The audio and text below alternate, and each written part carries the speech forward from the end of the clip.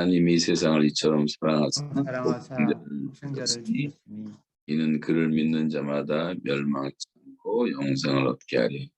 이제 하나하나의 표현이 최상법을 쓰고 있어요. 하나님이 이 세상을 최고도로 사랑하사, 저와 여러분 우리 한 사람 한 사람을 최고도로 사랑하사 하나님의 최고의 선물인 독생자를 주셨는데 행위로 주시고 우리의 현실로 주셨으니 누구든지라는 말은 최대의 기회를 말합니다. 누구든지 기회가 있는 거예요. 누구든지 믿으면 이것은 최대의 단순성입니다. 믿는 것보다 쉬운 것 없죠. 믿기만 하면 또 멸망치 않고 이것은 하나님의 최고의 약속입니다. 하나님이 멸망치 않겠다고 하셨으면 된 거 아닙니까? 절대 멸망하지 않습니다. 예수 믿는 사람들은 영생을 얻게 하려 하심이라. 이 영생은 하나님의 최고의 소유를 의미하는 것입니다. 모든 것을 다 주신다는 말씀입니다. 그런 면에서 그럼 우리가 이제 오늘 밤에 잠깐 생각할 것은 우리 인생들 미안하지만 솔직히 성경의 진단을 따르면 다 파산한 인생 아닙니까? 이 파산당한 인생들에게 무슨 이익을 보실 게 있다고 예수님이 그런 희생을 하셨습니다. 예쁜 구속도 별로 없고 이젠 다 고장나서 하나님께 영광 돌리기도 힘든 이 가치없는 우리들을 위해서 독생자 예수 그리스도를 이 땅에 보내신 이유가 도대체 무엇일까? 이 하나님의 실수일까요? 여러분 십자가 없이도 구원을 받을 수 있는 길이 있다면 예수가 나를 위해서 죽었다고 하는 것은 정말 웃기는 일이고 넌센스입니다. 이건 정말 웃지 못할 비극입니다. 짐승보다 못하고 우리가 벌레보다 못하다는 말을 하는데 이런 죄덩어리를 위해서 독생자 예수님을 십자가에 못 박혀 죽으신 이유는 도대체 무엇일까? 우리는 멸망받아 마땅한 존재였습니다. 근데 왜 우리에게 구원이라는 선물을 주셨습니까? 그 대답은 딱 한마디밖에 없는데 하나님이 우리를 사랑하셨기 때문입니다. 그래서 이 하나님의 형상을 지닌 우리 인간은 이 사랑을 주고받을 때 가장 큰 행복감을 누릴 수 있는 존재가 되는 거죠. 왜냐하면 하나님은 사랑 그 자체이시기 때문입니다.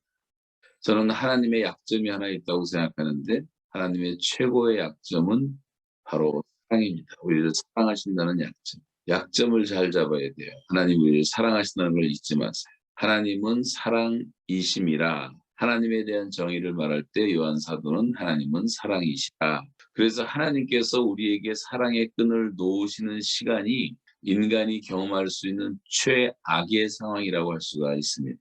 하나님의 사랑이 없는 곳이 바로 지옥이라고 할 수가 있어요. 자, 오늘 이제 누가복음 15장에 나오는 저 유명한 탕자의 비유를 잠깐 더 생각해 보겠는데 둘째 아들 탕자는 아주 비참하게 허랑방탕한 생활을 하다가 어느 날 돌이켜서 정신을 차리게 됩니다. 성경에 보면 그가 스스로 돌이켜 가로되 이 말이 이 자신에게 돌아왔다. 그러니까 우리가 돌이킨다고 하는 것은 정신 차린다고 하는 것은 제정신을 갖는다 그 말이죠. 왜지 우리는 자신이 있을 곳이 아닌 것을 깨달은 것입니다. 하나님의 자녀가 있어야 될 곳은 타락한 세상이 아니에요. 우린 타락한 세상에서 오래 살 수가 절대로 없어요. 그곳에 안주할수록 우리는 더욱더 수치스럽고 쓰라린 실패와 패배만 경험하게 될 것입니다. 그래서 결국은 하나님 아버지의 사랑으로부터 멀어지게 됩니다. 만약에 탕자가 자기 자신을 스스로 용납하지 못한 채 그냥 돼지우리에 주저앉아 버렸다면 그는 아마 영영 아버지의 용서와 사랑을 경험하지 못했을 것입니다. 그런데 그가 정신 차리고 아버지께 돌아왔을 때 아버지의 놀라운 사랑을 새롭게 느끼고 경험할 수가 있었습니다. 자, 그런데 어떻게 탕자가 스스로 돌이켜서 아버지에게 돌아왔을까요?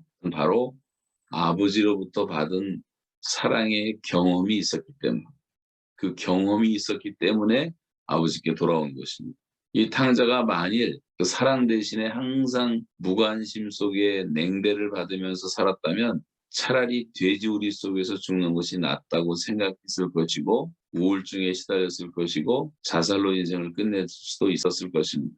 여러 사람들 만나보면서 느끼는 게 어릴 때 엄마 아빠의 사랑을 받지 못한 사람들을 보면 사랑이 뭔지를 잘 모르더라고요. 이 경험을 했기 때문에 아버지 사랑으로 다시 돌아옵니다. 사람은 이제 우리가 살다 보면 절체절명의 순간을 맞이하게 되는데 그때 우리가 무엇을 생각하느냐에 따라서 인생이 바뀌는 것입니다. 돼지우리에 비록 있었지만 아버지를 생각했고 아버지가 계신 집을 떠올렸고 그 아버지의 사랑을 다시 느끼면서 새로운 에너지를 얻게 됩니다. 여러분, 하나님 아버지의 사랑은 나의 생각보다 훨씬 더 크고 높고 넓고 깊은 것이죠. 또 하나님의 사랑은 무궁하다고도 말을 하고 끝이 없다고도 말을 합니다. 파격적인 사랑이라고도 말을 합니다. 절대적인 사랑이라고도 말을 하죠. 하나님은 우리가 이 돼지 우리를 떠나서 아버지의 품으로 돌아오기만을 기다리시는 그 모습이 지금 하나님의 모습으로 나타나고 있는 것입니다. 그러므로 우리가 사랑을 다시 받으려면 사랑이 있는 곳으로 가야 합니다.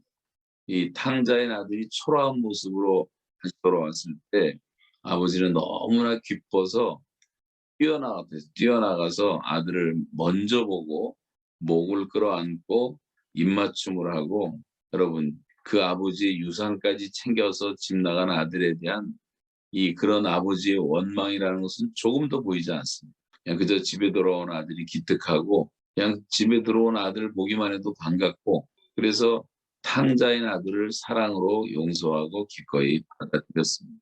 하나님의 사랑이 이런 것이 아니겠어요? 하나님은 어떤 순간에도 우리를 향한 사랑의 끈을 놓지 않으십니다. 하나님은 우리가 죄 지은 존재임에도 불구하고 또 앞으로 죄 짓고 쓰러질 존재인 것을 알면서도 우리를 사랑하셨고 또 우리를 구원하셨고 우리를 지금도 기다리고 계십니다. 그래서 이런 하나님의 사랑을 경험하려면 우리가 할 수 있는 건 한 가지밖에 없는데 회개하는 것입니다.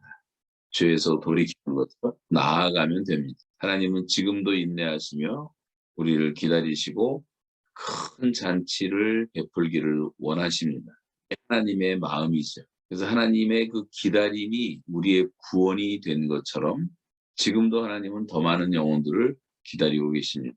하나님은 사랑하시기 위해서 존재하시는 분이라고 할 수가 있어요. 그분의 자녀인 우리들도 하나님의 사랑을 받고 사랑을 나누기 위해서 우리는 이 세상에 존재하는 것입니다. 여러분, 이 큰아들의 입장에서 보면 아버지의 재산을 다 탕진하고 빈 털터리가 돼서 돌아온 동생을 용납하는 것이 쉽지는 않았을 것입니다. 우리가 그것도 이해가 되죠. 그리고 형의 마음속에 있는 동생에 대한 미움과 질투심과 아버지에 대한 섭섭함과 원망, 도저히 아버지의 마음을 이해하지 못했을 아주 복잡한 마음을 갖고 있을 거예요. 그러나 우리는 하나님의 자녀인 우리들은 이 첫째 아들 형의 마음은 절대 닮아서는 안 되고 아버지의 마음을 닮으려고 노력을 해야 됩니다. 왜냐하면 하나님이 원하시는 그것이 바로 이 사랑의 자세이기 때문에 하나님은 우리가 서로 사랑하기를 원하세요. 그의 계명은 이것이니 곧 받을 예수 그리스도의 이름을 믿고 그가 우리에게 주신 계명대로 서로 사랑할 것입니다. 저와 여러분이 정말 하나님의 자녀된 성품을 가지려면 우리에게 찾아오는 시험 가운데 우리가 절대로 용서하지 못하고 용납하지 못했던 사람들조차도 받아들일 줄을 알아야 한다는 것입니다. 솔직히 고백하면 여러분 지금 없는 것 같아도 우리 각 사람은 자기 왼수가 있잖아요. 왼수. 저 사람은 왠지 그렇게 싫고 용납을 못하겠어. 내 체질에 안 맞고 성격이 너무도 다르고. 근데 우리는 하나님을 사랑한다고 고백하고 예배를 드리고 찬송하면서도 내 의견과 생각과 가치관이 다른 사람들을 용납하지를 못하고 우리가 미워하고 분노하고 외면할 때가 많습니다. 요즘 우리 한국 사람들은 뭐 너무 미워하잖아요. 크리스찬들이 그래서 되겠습니까? 너는 좌파니까 천당도 못 가. 너는 소망이 없어. 이렇게 말하면 안 되는 거죠. 우리가 어떤 사람이라도 사랑할 수가 있어야 됩니다. 특별히 나한테 좀 모진 말을 한 사람들, 나를 좀 무시하고 내 인격을 모독한 사람들을 사랑하기가 쉽지가 않아요. 나한테 손해를 끼치고 나를 배신한 사람, 상처를 준 사람, 이런 사람들까지 사랑한다는 것은 그렇게 쉬운 일은 아닙니다. 세상 사람들은 그냥 안 보면 그만이지만 하나님은 사랑하라고 말씀하십니다. 성경은 하나님을 사랑한다고 하면서 그 형제나 이웃을 미워하는 사람은 거짓말하는 자라고 말하고 있어요. 하나님을 사랑하지 않는 자다. 그렇게 눈에 보이는 형제를 사랑하지 못하면서 보이지 않는 하나님을 사랑한다는 자체가 거짓말이라고 하는 거죠. 자, 우리 두 절을 다시 한번 읽어보겠습니다. 누구든지 하나님을 사랑하노라 하고 그 형제를 미워하면 이는 거짓말을 하는 자니 본바 그 형제를 사랑하지 아니하는 자는 못 하나님을 사랑할 수 없느니라. 사랑하는 자들아, 하나님이 이같이 우리를 사랑하셨은즉 우리도 서로 사랑하는 것이 마땅하도다. 자, 사랑이라고 하는 것은 우리 머릿속에서 나오는 것이 아닙니다. 사랑이라는 것은 속에서 우러나오는 거죠. 그러니까 하나님 아버지를 예수 그리스도 안에서 흠모하고 안전하 선한 하나님을 예배하고 하나님을 기쁘게 하는 삶을 우리가 사는 거죠. 근데 눈에 보이지 않는 하나님을 사랑한다고 하면서 눈에 보이는 형제들을 사랑하지 못하면 그것은 사랑이다라고 말하고 있습니다.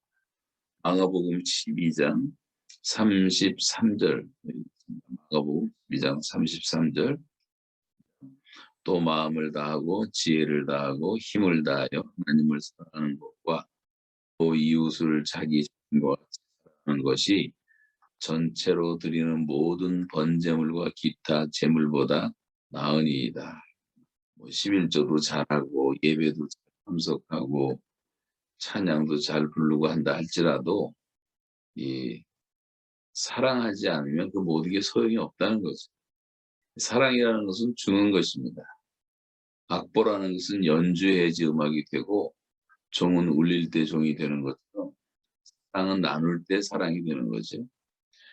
사랑이라는 것은 이 따뜻한 말과 마음으로 뿐만 아니라 여러분 주머니 속에 있는 내 돈이 없어져야 되고 내가 그렇게 아끼고 소중히 여기는 내 시간이 쪼개져야 되는 시간을 쪼개서 주고 우리의 돈을 다 내놓고 우리는 사랑을 주는 사랑 또 아낌없이 주는 사랑 그런 사람이 되어야 됩니다. 이 아낌없이 주는 사랑을 할 때 사람들의 모든 담이 결국 다 무너지게 되고 다 꼬여있던 일들이 풀리게 되고 또 사랑하지 못하면 내 마음이 먼저 불편해지고 내 삶이 먼저 불행해지고 사랑하지 못하는 사람들을 보면 자기 자신을 먼저 망가뜨리는 경우가 많아요. 미움이라는 것, 불쾌감이라는 게 다 나를 통해서 이렇게 나가기 때문에 내가 먼저 그러나 그 아버지는 아들과의 관계를 중시하는 것을 볼 수가 있습니다.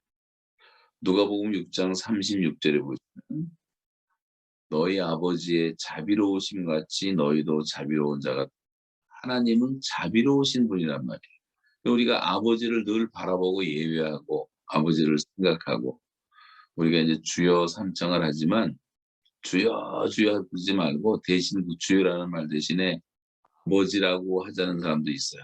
이 아버지를 부르다 보면 우리가 아버지를 생각하고 아버지를 닮아겠어요. 자비로운 자가 되라.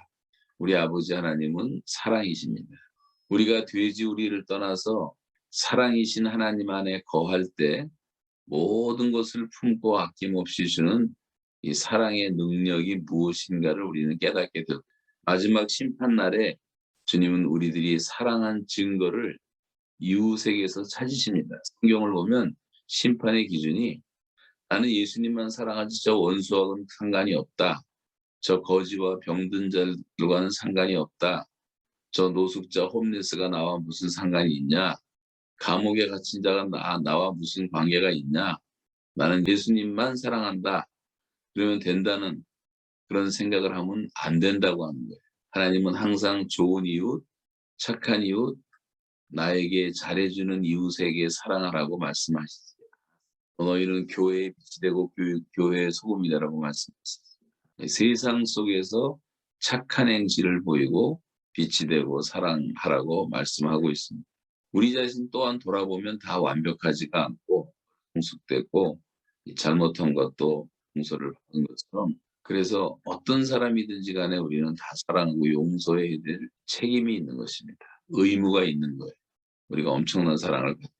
성경 구절 2개만 읽고 그냥 마치겠는데 새 계명을 너희에게 주노니 서로 사랑. 내가 너희를 사랑한 것 같이 너희도 서로 사랑하라. 너희가 서로 사랑하면 모든 사람이 너희가 내 제자인 줄 알리라. 여기 새 계명이 나옵니다. 새 계명. 주님의 이 사랑하라는 계명은 항상 새로운 계명이라는 뜻이죠. 근데 우리 주변의 사람들이 우리가 서로 사랑할 때 우리가 주님의 제자인 것을 알게 되고 인정한다고 말씀하고 있는 거예요. 예수님을 다른 데서 찾아서는 안 돼요. 지금 내 곁에 있는 사람, 내 가족, 내 친지, 내 이웃, 굶주린 사람, 병든 사람, 버림받은 사람, 노숙자, 이 세상의 죄인들 속에서 예수님을 찾아야 되는 거예요. 그들에게 한 것이 나에게 한 것이다. 지극히 작은 소자에게 한 것이 나에게 한 것이다. 그래서 히브리서 13장에도 그런 말이 나오지 않습니까? 자처럼 친자들을 생각하고 너희도 몸을 갖는 즉 때받는 자들을 생각하고 이 생각을 좀 해보란 말이죠. 우리가 정말 하고 있는가. 그래서 하나님께서 우리에게 원하시는 것은 겸손히 하나님을 섬기고 이웃사랑은 하나님의 사랑을 갚는 길이에요. 우리가 사랑함으로 갚을 수가 있습니다. 누가 누구에게 불만이 있거든 서로 용납. 주께서 너희를 용서하신 것 같이 너희도 그리고 이 모든 것 위에 사랑을 더하라. 이는 온전하게 매는 띠니라. 자, 그렇게 이제 성경이 말하는 것처럼 피차 용서하되 주께서 너희를 용서하시고 너희도 그리고 이 모든 것 위에 사랑을 더하라. 이것이 온전하게 매는 띠라고 말씀하고 있습니다. 사랑은 오래 참습니다. 사랑은 온유합니다. 그러면 내가 오늘 친절하지 못한 것, 사랑하지 못한 거죠. 사랑은 투기하지 않습니다.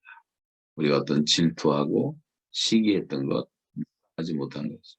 자랑하지 않습니다. 나도 모르는 사이에 사랑은 교만하지 않습니다. 뭔가 무슨 말을 들었을 때 기분 나쁘고 한 것은 우리가 아직 죽지 않았기 때문이죠. 사랑은 무례행치 않습니다. 예의를 지키지 않았던 것, 사랑하지 않는 거고, 사랑은 자기의 유익을 묻지 않습니다. 이타적인 삶을 살지 못했던 것마다 그래서 이 고린도전서 13장 같은 것은 마치 거울과 같아서 우리가 날마다 비춰봐야 사랑은 성내지 않습니다.